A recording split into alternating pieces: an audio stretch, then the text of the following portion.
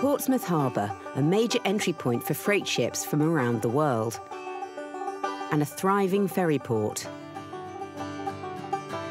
It's these docks that provide the inspiration for local team teachers Justin Baker and Christopher Smith. Their jointly planned design and technology lesson is based on the requirements of the new secondary curriculum. OK, so today we are learning to design and make an environmentally friendly boat which will help boost world trade and boost the exports of a particular product from one country to Portsmouth. You will be assigned a country.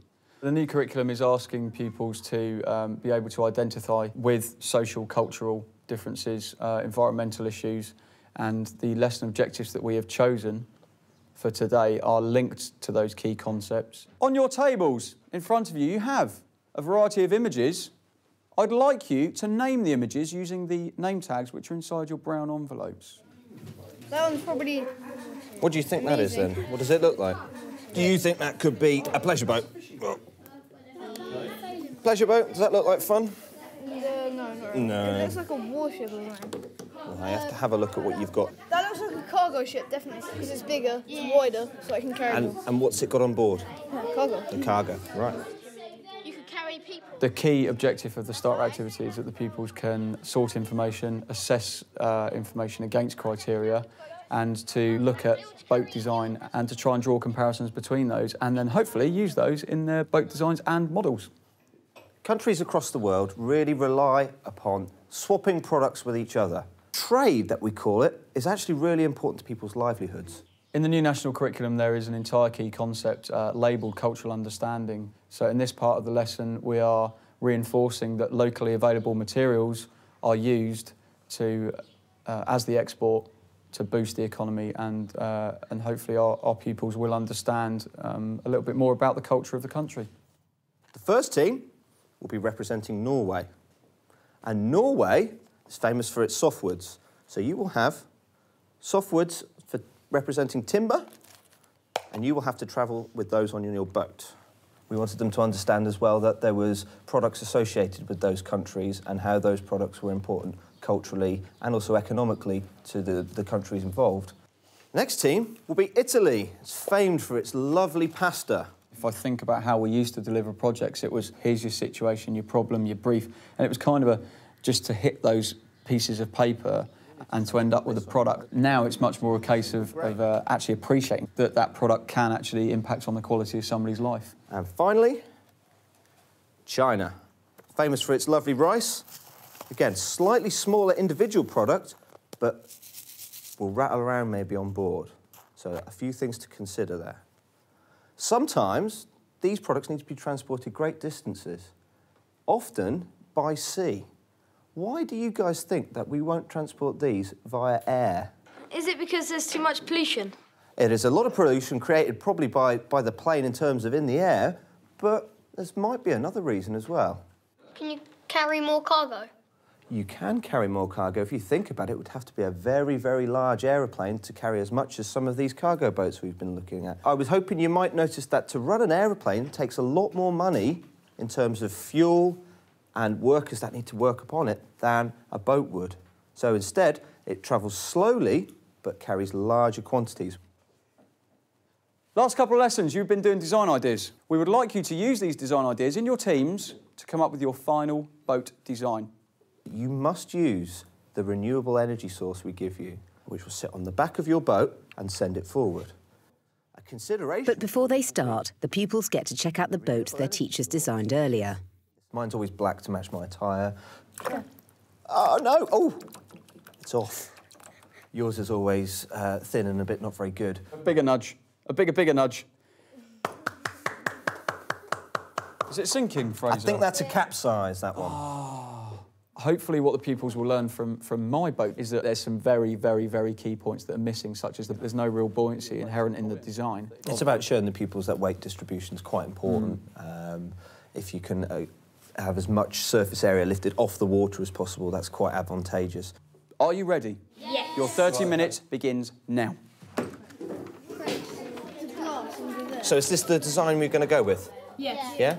We've decided to go with this one. Because it's got quite a large space to put spaghetti in it, because we're Italy. We want pupils to be able to go back to the starter part of the lesson, to look back over those boats that we looked at and pick out parts of the style, parts of the design, any mechanical advantage that they could take from those examples and then apply them via the teamwork to their own making.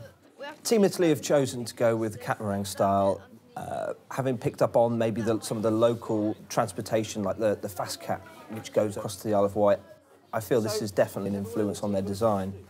That boat doesn't have the carrying capacity needed. It hasn't got a bigger carrying capacity as that one, but it's got a far bigger one than that. You said that the legs, I would call them, would not have much of an impact because I would have to attach the propeller. They would. Chris was instantly the dynamic leader. And the others in the team, I think, were quite happy to allow Chris to lead them.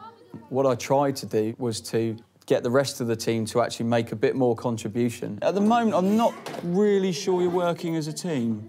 Chris, I think maybe we might need to take a little bit of a backseat.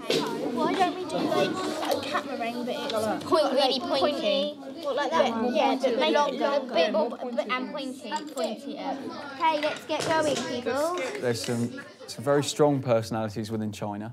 For these, to make more, we could get some of like the wood or something and put it along the sides, because then we can hold more and it won't fall out. Yeah. They did ask early on, could we actually make our cargo holders taller so we can fit more in? Which was good. That showed a sort of vision and extension on trying to fit more than what they could. Well, you're going to, what, Ella? And you're going to go like that? All like that? Like that, yeah.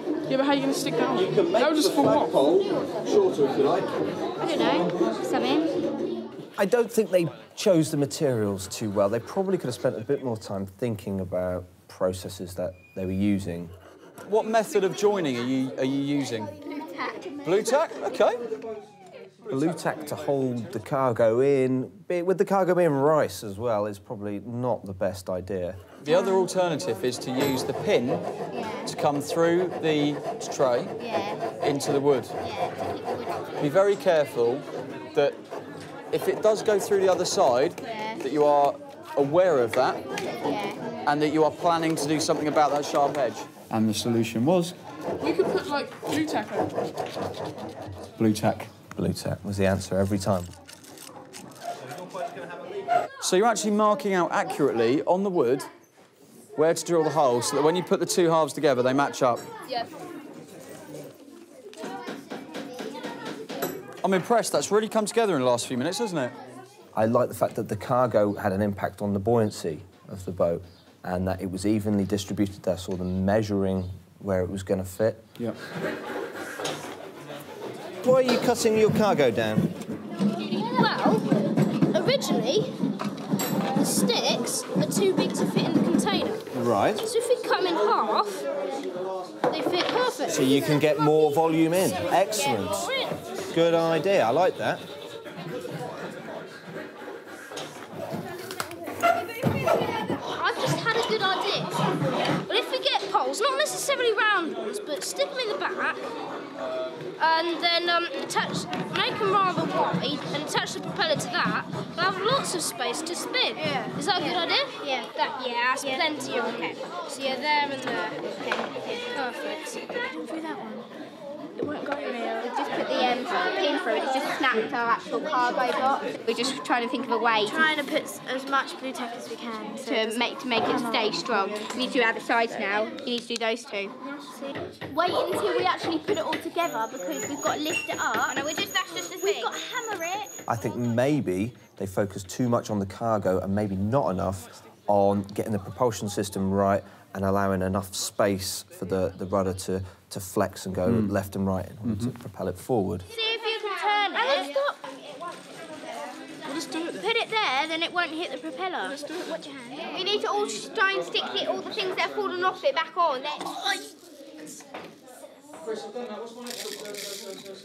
OK, guys, if you are ready, if your team is ready, just sit down nice and quiet. Can we stop working now, Norway? Stop working. Let's have you over by the channel. The moment of truth, and China are first to launch off. Right up against the back. 3, 2, 1. Oh! It's still going? Still going? Still going? I tell you what, if I wanted rice for my dinner and I lived in Portsmouth, I'd be a bit upset if it got to me soggy. What distance do we have there? 56. 56. Well done. Italy, are you ready, kids? 3, 2, 1. Go! Ah. Yes. So, how far have we got here? Let's measure again. 67. 67, I agree with that. Right, and our final team today is Norway. Not too far. Is that far enough? Yeah. You sure? I'd say that much. Yeah. Yeah. Everyone agreed that much? Yeah. Does it flow? Yeah. I hope it does. Okay. 3, 2, 1. Go. Oh. I've got 82. 82, Mr. Smith. 82 Yeah. and a half. And that was Norway. Norway were successful because in the actual race, their team leader, Chris, had made a decision that he really wanted the boat to be long, I think, to gain a distance advantage, possibly, maybe a cynic would say. But as well as that, they also had the hooks very far apart. So in doing that, there was no obvious object that could get in the way of the propulsion system, so it wasn't going to get caught like maybe the other teams did. Yep. No But the distance travelled is not the only criterion on which the boats are judged. Then in teamwork, I thought they were excellent. yeah, they were pretty good, but I didn't think they were as good as these guys here. They, Or maybe we can I disagree. I think that was the best. What we did was we evaluated distance travelled, load carried, Yeah, the appearance of the boat was important as well as the teamwork. thereby addressing all of the key points that as a designer in real life they would have to address in order for their product to be successful. So the first one, which was teamwork, we felt that the winning team for 25 points worth was actually China. We next awarded points for the cargo carried, or how much they tried to carry. We felt that the team from Norway did spend a bit more extra time trying to chop the cargo up to fit. The quality of the boat build was an interesting one. I really rated the Italian boat because of the nature of the catamaran design. Before the winners are announced, the pupils get the chance to assess their own performance. How well did we perform as a team? I think we performed really good. At the beginning, it was a little bit rough, but towards the end, we performed really well. And it shows in how our boat come out and how it did. They went a bit at the wrong angle, didn't it? I think we needed to think of a better way of attaching these, or even using, in the end, I think it would have actually been better to use those woods instead of the thicker woods. OK, ladies and gentlemen, grab the quiet, please. OK, in third position today, can you give them a humongous clap, please, for Team China? Our second place team today is Team Italy. And finally, our winners today. Oh, you know, it's Team Norway. Well done, give him a clap. He's bringing the boat up. The new design and technology curriculum is extremely important because we're trying to teach today's pupils to become more culturally and socially aware. Good job. And become creative problem solvers that can actually make a difference in the life and well-being of other people.